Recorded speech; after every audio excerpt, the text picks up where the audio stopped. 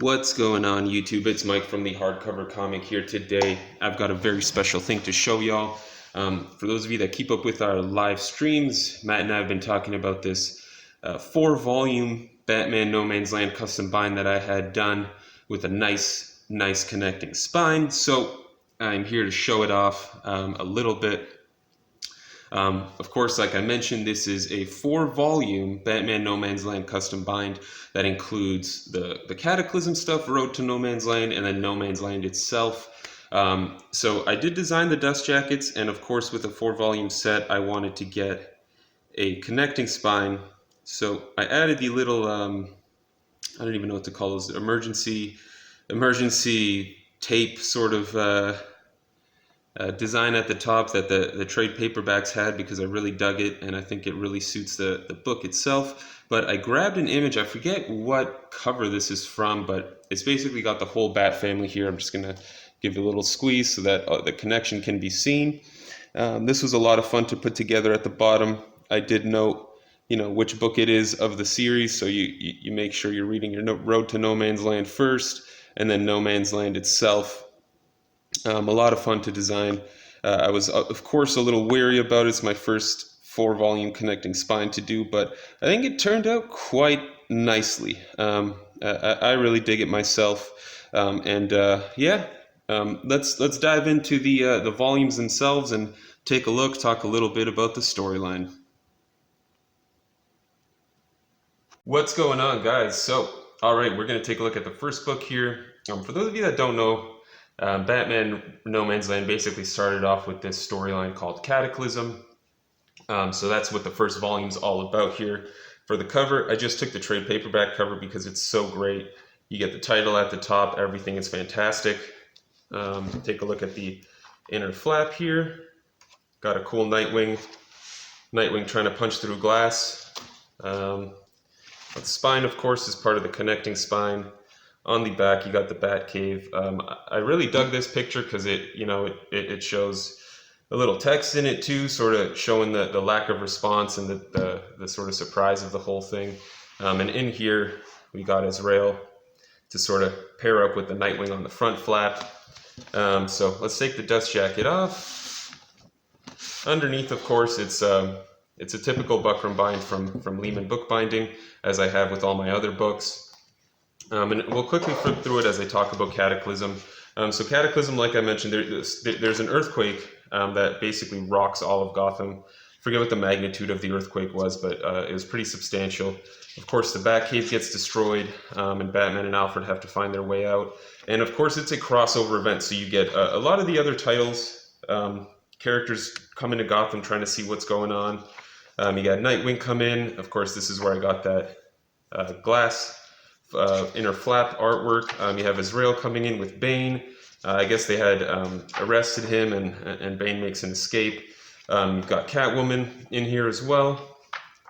And I believe, there are some Robin crossover issues. There's some stuff going on at Blackgate that Batman investigates. And of course, throughout this whole series, you've got amazing creative teams.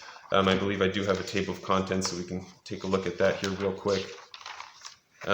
You got, Chuck Dixon writing, Alan Grant, Devin Grayson, Doug Munch, Rick Burkett, Klaus Janson, Kelly Paquette, Chris Renaud. I mean, the artwork by Jim Aparo, Jim Ballant, Mark Buckingham, Rick Burkett, Klaus Janson, amazing Alex Maleev, Scott McDaniel, amazing list of creators. So this was a really enjoyable read for me. And especially because it does build up to No Man's Land. It's pretty essential, in my opinion. You do get to see things like, the Gotham, the Wayne buildings were actually supported by it, were quake-proof rather.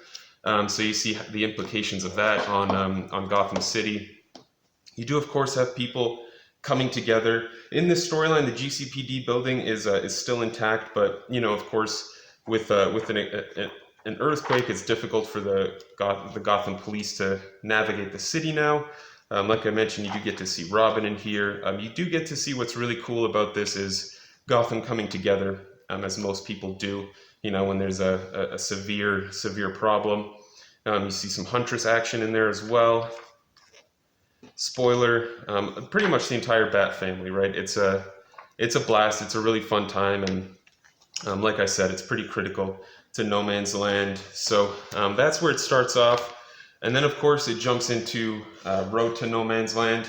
Bear with me, guys, as I grab that volume. Batman Road to No Man's Land.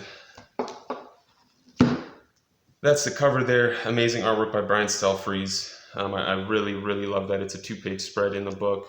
It's fantastic. And on the back here, I just sort of got some action shots of Batman and his rail kicking butt. Inner flap, Batman fighting a mountain lion, because why not? He's the Batman.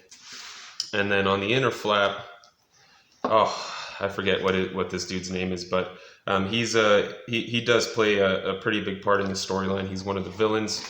I won't even take the dust jacket off. Let's just flip through it like this. So, you got a continuation of the same teams.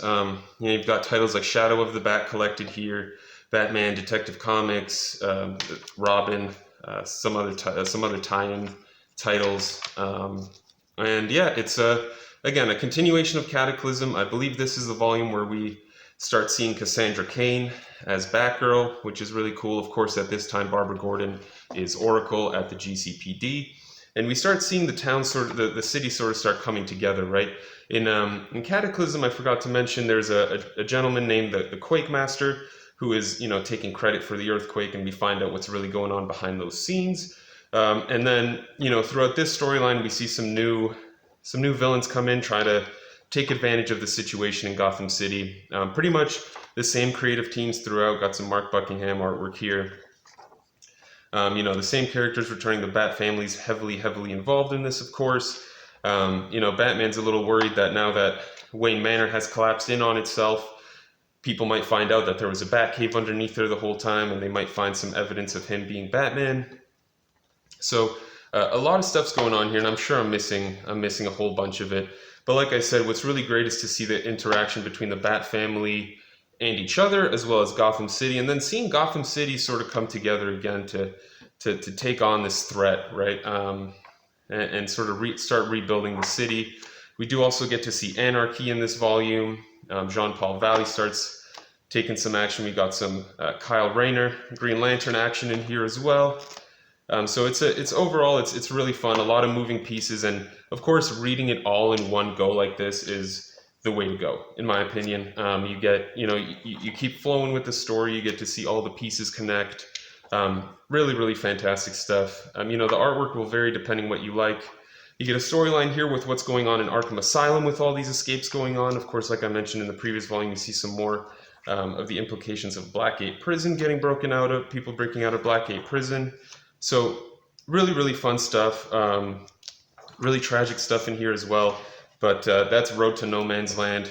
Sort of brings us to No Man's Land. Bear with me here again, folks.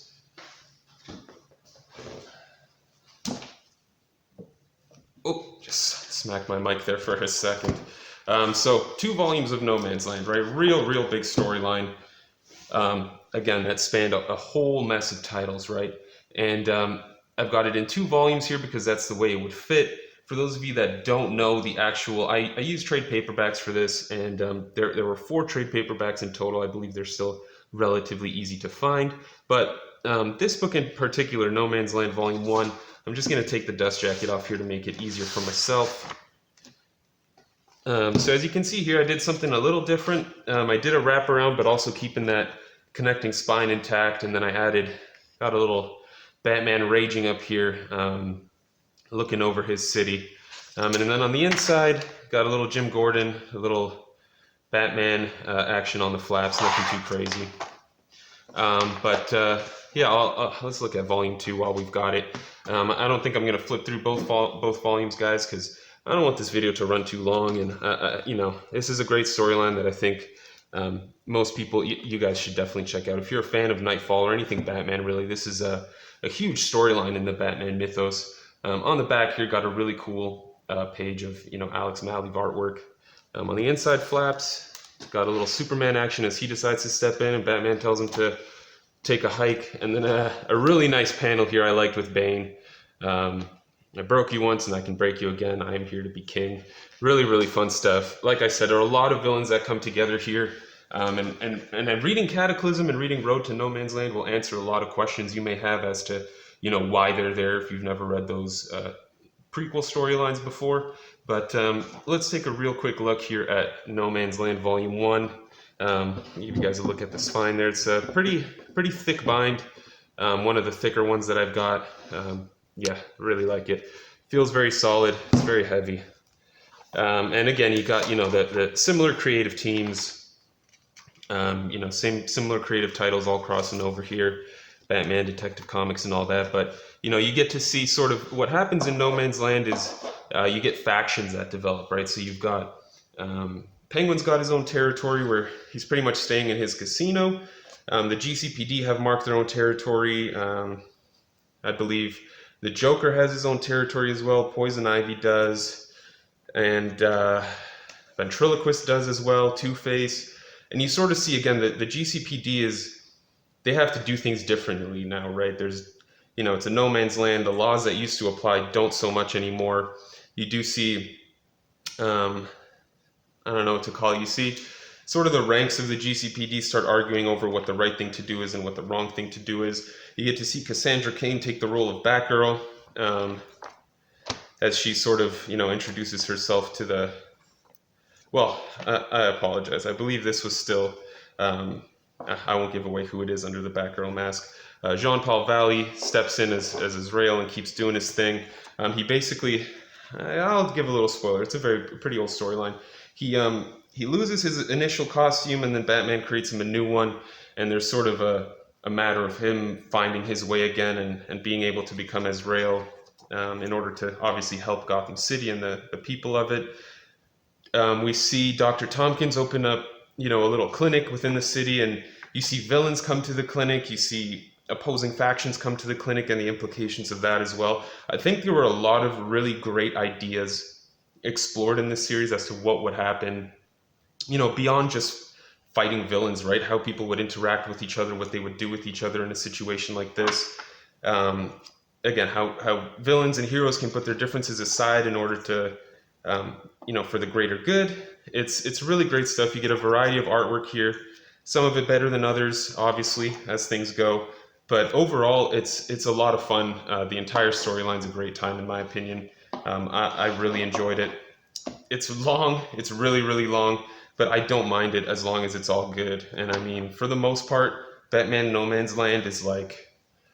If I had to give it a rating, I'd probably be sitting at around an 8.5 or so. I thoroughly enjoyed it, probably more so than Nightfall, just because Nightfall did take a bit of a decrease in quality. Again, you get some fantastic artwork. Dale Eaglesham, Alex Maleev. The list goes on and on, right, of incredible creators. You do get to see, of course, what Alfred's up to, what everyone's up to, what everyone's doing, and it's great. It's great. So here we get to see Cassandra Cain, and you get some background information on her, of course, her relationship with her father, Solomon Cain, and how she became to be Batgirl. So it's a really great storyline, guys. I can't praise it enough. I don't know if we're ever going to see an official omnibus releases for it. I would hope so, but it doesn't seem like DC's jumping on that anytime soon. There's a great issue in here as well where basically, Batman and Gordon Jim Gordon did not have a great time throughout this event, obviously, and you see them get to confront each other, and Jim sort of tells Batman, "You shouldn't have left me," all this stuff. It's really great. A lot of action, a lot of great characters, and again, the emotional piece of it, the amount of detail that they put into the situations that arise as a result of an earthquake affecting a city like Gotham City is incredible. I've thoroughly enjoyed this series, guys, and I highly recommend you check it out too. I don't want to ramble on more about this. I feel like I've praised the series enough and hopefully given you enough of a reason to check it out. Thank you guys so much for tuning in. This was Mike from the Hardcover Comic. If you've read the event, let me know what you thought. If you're hoping for an oversized hardcover, hopefully we see omnibuses soon. But for the time being, I'm going to stick with my custom binds here.